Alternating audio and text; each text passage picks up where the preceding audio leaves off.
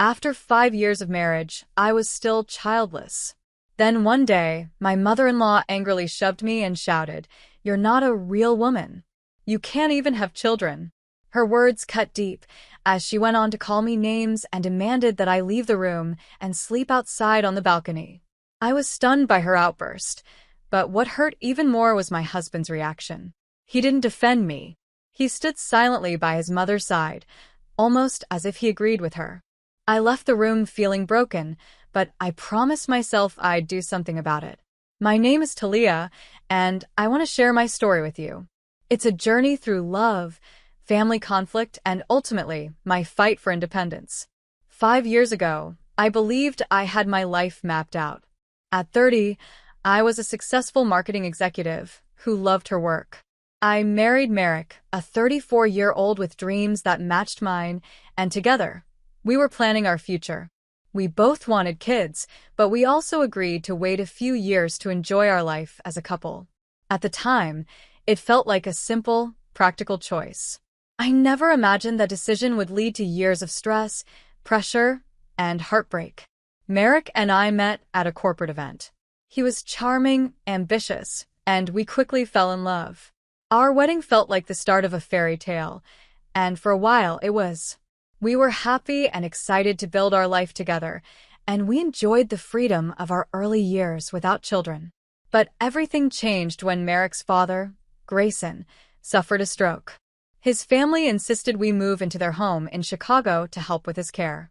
I didn't want to go. I loved our cozy apartment, filled with laughter and memories, but family obligations won, and we moved in with his parents. What I thought would be a temporary arrangement stretched out for months. Living with Merrick's family was a huge adjustment. The house was always busy, with constant tension and unspoken expectations. His mother, Marigold, was particularly challenging. She was a traditional homemaker who believed that a woman's primary role was to be a wife and mother.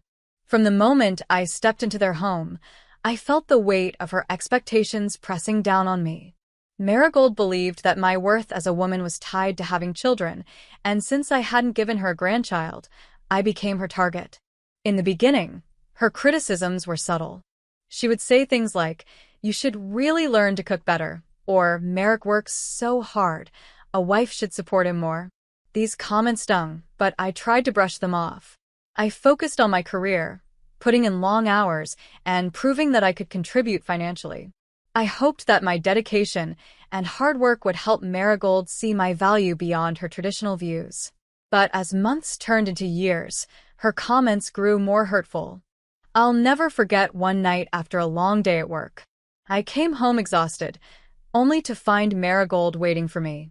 She looked at me with disdain and said, "Talia, a real woman knows how to take care of her family. I just don't see how you fit into that picture." Her words felt like a slap in the face. Despite all my achievements, she made me feel as though I was failing, as if I wasn't enough.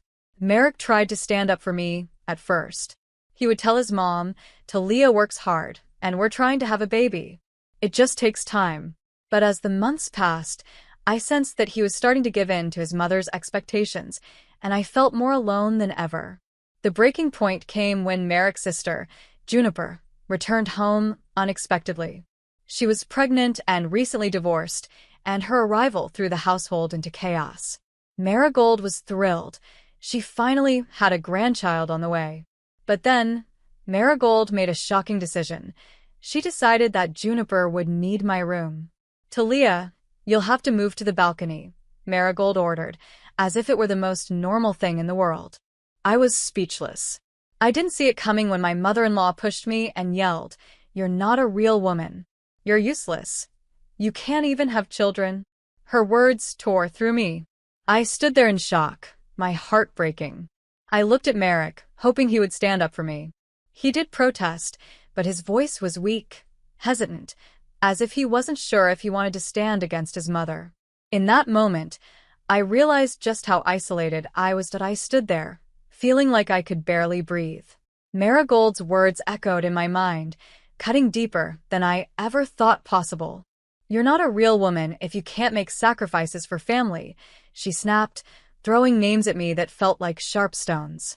I turned to Merrick, desperate for some support. Merrick, please, I begged, hoping he'd finally stand up for me, defend me. But he just stood there, silent and torn between his mother and me. In that instant, anger surged through me. How could he let her speak to me like this? Right then, I decided I'd had enough. That night, I moved out to the balcony as Marigold had demanded, but I also knew it was time to act. I realized I couldn't keep pouring my energy and finances into a family that barely valued me. So, I took a bold step. I stopped contributing financially. I quit paying for groceries, bills, and anything else around the house. This decision was both empowering and frightening. I knew my income mattered to them, and without it, they'd struggle. As the days passed, the tension in the house grew unbearable. Marigold and Merrick were furious. I could hear their arguments in the evenings, their voices growing louder as the financial strain became more apparent. They blamed each other, their voices full of frustration, and for once, I felt a sense of satisfaction. I was finally reclaiming some control over my life. About a month later, both Merrick and Marigold came to me with apologies. They admitted that they had underestimated my role in the household, not only financially, but also in maintaining a sense of peace. Yet, as I listened, their apologies felt empty, like they were just trying to pull me back into their lives to make things easier for themselves. By then, my heart had hardened. I had made up my mind. I was done. The dream of a life filled with love and mutual respect was slipping away, and I wasn't willing to keep sacrificing myself for something so one-sided. I started planning my next steps carefully. I filed for divorce, packed my things, and set my sights on New York City. It was a huge leap, and the thought of starting over was both exciting and terrifying. But deep down, I knew it was time to find myself again. Moving to New York felt like a breath of fresh air. My new apartment was small, but it had a cozy charm, nestled in a vibrant neighborhood. The energy of the city was exhilarating, people bustling by, cars honking, life buzzing all around me. It was a stark contrast to the quiet, oppressive atmosphere of Merrick's family home, and for the first time in years, I felt like I could breathe. I quickly threw myself into my new job at a marketing firm. It felt amazing to be back in an environment where my talents were appreciated. Surrounded by ambitious colleagues, I took on challenging projects that reignited my passion for work. Every accomplishment felt like a victory, proof that I was strong and capable on my own. Still, even as I embraced my newfound freedom, the memories of my old life haunted me. I missed the idea of family, the love I once believed I shared with Merrick. I'd lie awake some nights, wondering if I'd made the right choice. The emotional wounds left by Marigold's harsh words and Merrick's silence lingered, a constant reminder of everything I'd endured. One evening, while I was working late on a campaign, my phone buzzed. It was a message from Merrick. "Can we talk? I miss you." My heart sank. I hadn't heard from him since I'd left, and a swirl of anger and nostalgia rushed over me. Part of me wanted to reply, to hear what he had to say, but another part of me felt wary, reminding me to keep looking forward. After a lot of back and forth, I agreed to meet him at a small coffee shop near my place. When I walked in, I saw him sitting in a corner, looking anxious yet relieved. He brightened up when he spotted me, but kept his gaze low, almost as if he was ashamed. "Talia," he said, standing as I approached. "I'm really glad you came." His voice was soft, unsure. "Hi, Merrick," I replied, forcing a polite smile. We sat down, and for a moment, there was only silence, the weight of everything unspoken hanging between us. "I've missed you," he said at last, staring at the table. "Things have been really hard at home. Mom keeps asking about you." I felt a pang in my chest, but I pushed it down, focusing on the question I needed him to answer. "And what about you, Merrick? How are you handling all this?" I asked, my voice steady but firm. He looked up, struggling to find the words. "Honestly, it's been tough. Mom, she's struggling without you there. She keeps trying to get me to convince you to come back. She thinks, well, she still blames you." His voice faltered. Hearing him say that hit me harder than I expected. It was a painful reminder that despite everything, Marigold still saw me as the problem, and Merrick, even now, seemed unable to fully break free from her influence. I couldn't help but laugh, a bitter, hollow sound that surprised even me. Asterisk me? Asterisk, I'm the problem, Merrick? You saw how she treated me. I didn't leave for no reason. Merrick looked down, his voice defensive. I know, Talia, but it's complicated. She's my mom. I can't just ignore her. As we talked, it became clear that Merrick hadn't changed. He was still tangled up in his family's expectations, unable to break free. For a brief moment, I felt a flicker of hope. Maybe we could find a way to rebuild. But as I looked at him, I knew I had to choose myself this time. Merrick, I said softly, meeting his eyes, I've been rebuilding my life here. I'm happy. I don't want to go back to that toxic environment. His face fell, and I could see the pain in his eyes. I don't want to lose you, Talia, he said, his voice filled with regret. I wish things could be different. It's not just about us anymore, I replied, feeling tears well up. I need to find my own path. I can't keep sacrificing my happiness just to win your family's approval. After our meeting, I walked through the bustling city streets, feeling a mixture of relief and sadness. I had finally stood up for my independence, but the ache of leaving Merrick behind lingered. New York felt alive, pulsing with energy, and I reminded myself that I was now in control of my own destiny. As days turned into weeks, I threw myself fully into my work. I made new friends who inspired me, who encouraged me to push my limits. I even signed up for classes to expand my skills, testing myself in ways I'd never thought possible. But the weight of Merrick's family wasn't completely gone. Marigold still called occasionally, each time trying to guilt me back into the fold. You are part of this family, Talia, she would say, her voice sharp and accusing. You can't just abandon us. Each call left me feeling drained, but I stayed strong. I'm not abandoning anyone, Marigold. I'm just choosing to live for myself now. I was determined to protect the peace I had found. One day, I received an unexpected, frantic call from Juniper. Talia, I really need to talk to you. It's about Mom, she said, her voice shaky. I could hear the desperation in her tone, so we met at a cafe near my apartment. When she walked in, she looked exhausted, her eyes red and puffy. Mom hasn't stopped pressuring me since you left, she confessed. She keeps saying I'm the reason you left, that it's my fault, and that I need to convince you to come back. My heart broke for her. Juniper, I said, reaching across the table to hold her hand, you can't take that on. It's not your responsibility. You have your own life, your own child to think about. You don't need to carry this family's burden. Tears filled her eyes. But she won't stop, Talia. I feel like I'm constantly failing her, and now I'm scared I'll fail my own child too. You're not failing anyone, I assured her, squeezing her hand gently. You have to put yourself and your baby first. Set boundaries with her, Juniper. Don't let her guilt you into giving up your happiness. She nodded, but I could see the fear in her eyes.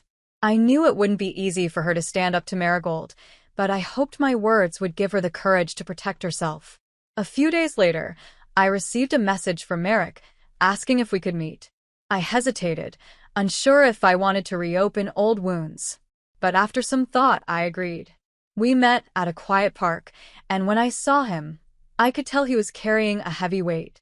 Talia, he began, his voice soft, I've been thinking a lot about everything. I realize how much I let my family come between us. I should have stood up for you, but I didn't. And I'm so sorry. His apologies stirred something inside me, but I knew it wasn't enough. Merrick, I said, my voice calm but firm, I appreciate your words, but it's too late. I've filed for divorce. I need to move forward, and that means leaving all of this behind. He looked devastated, nodding slowly as the reality sank in. I understand, he whispered, his voice breaking. I wish I had done things differently. I wish things had been different too, I replied, feeling a deep sadness. But we can't change the past. I have to do what's right for me now. As I walked away from that conversation, I felt a strange sense of closure. I had made my choice, and for the first time it felt like the right one. It was time to let go and focus on building a life that I deserved. In the weeks that followed, I felt myself growing stronger, more confident, and finally at peace. I embraced each day, fully present in the life I was building for myself. Knowing I had the power to create my own happiness, I poured my energy into my work and even picked up painting again. Each brushstroke felt like a small piece of my identity returning, a way to release emotions I'd buried deep for so long. Then one evening, Juniper called. But this time, her voice was different, stronger, more certain. "Talia," she said, "I finally told Mom I need some space. It wasn't easy, but I did it. I'm trying to set those boundaries you talked about." A surge of pride washed over me. "That's incredible, Juniper. I'm so proud of you. It's not easy, but it's a big step in the right direction." As we ended the call, I felt a sense of hope, realizing that my journey wasn't just about finding my own freedom, it was about helping Juniper find hers too. There would still be challenges, but I was ready to face them. I was learning to let go of the past and fully embrace the future I had always wanted. After filing for divorce, I went through a whirlwind of emotions: relief, sadness, and a lingering fear. It was a tough choice, but deep down, I knew it was the right one. I needed to break free from the toxic environment and finally live for myself. I had spent too much time trying to fit into a life that wasn't truly mine. Now it was time to move forward, to leave it all behind. The divorce process was exhausting. Merrick tried to change my mind, promising he'd stand up to his mother and that we could start fresh. But I knew that going back would only trap me again in the same cycle. "Merrick," I told him firmly, "I'm done. This isn't just about your mother. It's about me needing a life where I'm not constantly judged or undervalued." He looked heartbroken, but he could see that I meant it. When the papers were signed, it felt as if a weight had lifted from my shoulders. I was finally free from a marriage that had drained me emotionally. This was more than just ending things with Merrick, it was about reclaiming my own identity and voice. Predictably, Marigold didn't take the news well.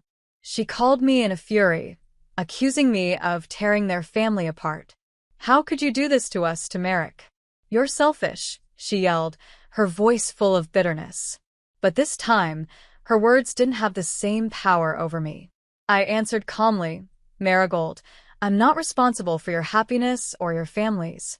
I need to take care of myself now." And with that, I hung up, knowing it was the last time I'd let her manipulate me. I realized I needed to distance myself completely, even from Juniper, as much as I cared for her. So I sent her a heartfelt message, explaining that I needed space to heal and move on. It hurt to say goodbye, but I knew it was necessary to truly rebuild my life. In the months that followed, I focused on creating a new life for myself. I poured myself into my career, tackling challenging projects that reignited my passion for marketing. I moved into a beautiful new apartment overlooking Central Park, a space that felt truly mine. I explored the city, joined art classes, and made friends who valued and respected me for who I was. It wasn't always easy. There were lonely days, moments when I questioned whether I'd made the right choices. But those doubts were fleeting, and I reminded myself of the strength it took to walk away from a life that was suffocating me. One day, as I strolled through Central Park, I realized just how far I had come. I had let go of the pain and resentment that had weighed me down for so long. I was no longer the woman who felt trapped and powerless. I was independent, confident, and finally at peace. Looking back, I see that my journey wasn't just about leaving a toxic marriage or a controlling family. It was about finding myself again, my voice, my strength, my worth. I had to let go of everything holding me back to embrace the future I truly deserved. Now, I wake up each day excited about what lies ahead. I've started mentoring young women in my industry, sharing my story, and helping them navigate their own paths. It's deeply fulfilling, knowing I can inspire others to stand up for themselves and never settle for less than they deserve. I've learned that true independence isn't about being alone. It's about living authentically, making choices that align with who you are, and refusing to let anyone diminish your light.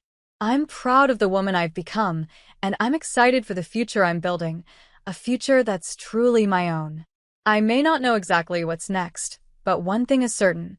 I will never again compromise my happiness for anyone. I've found my freedom, and I'm never letting it go.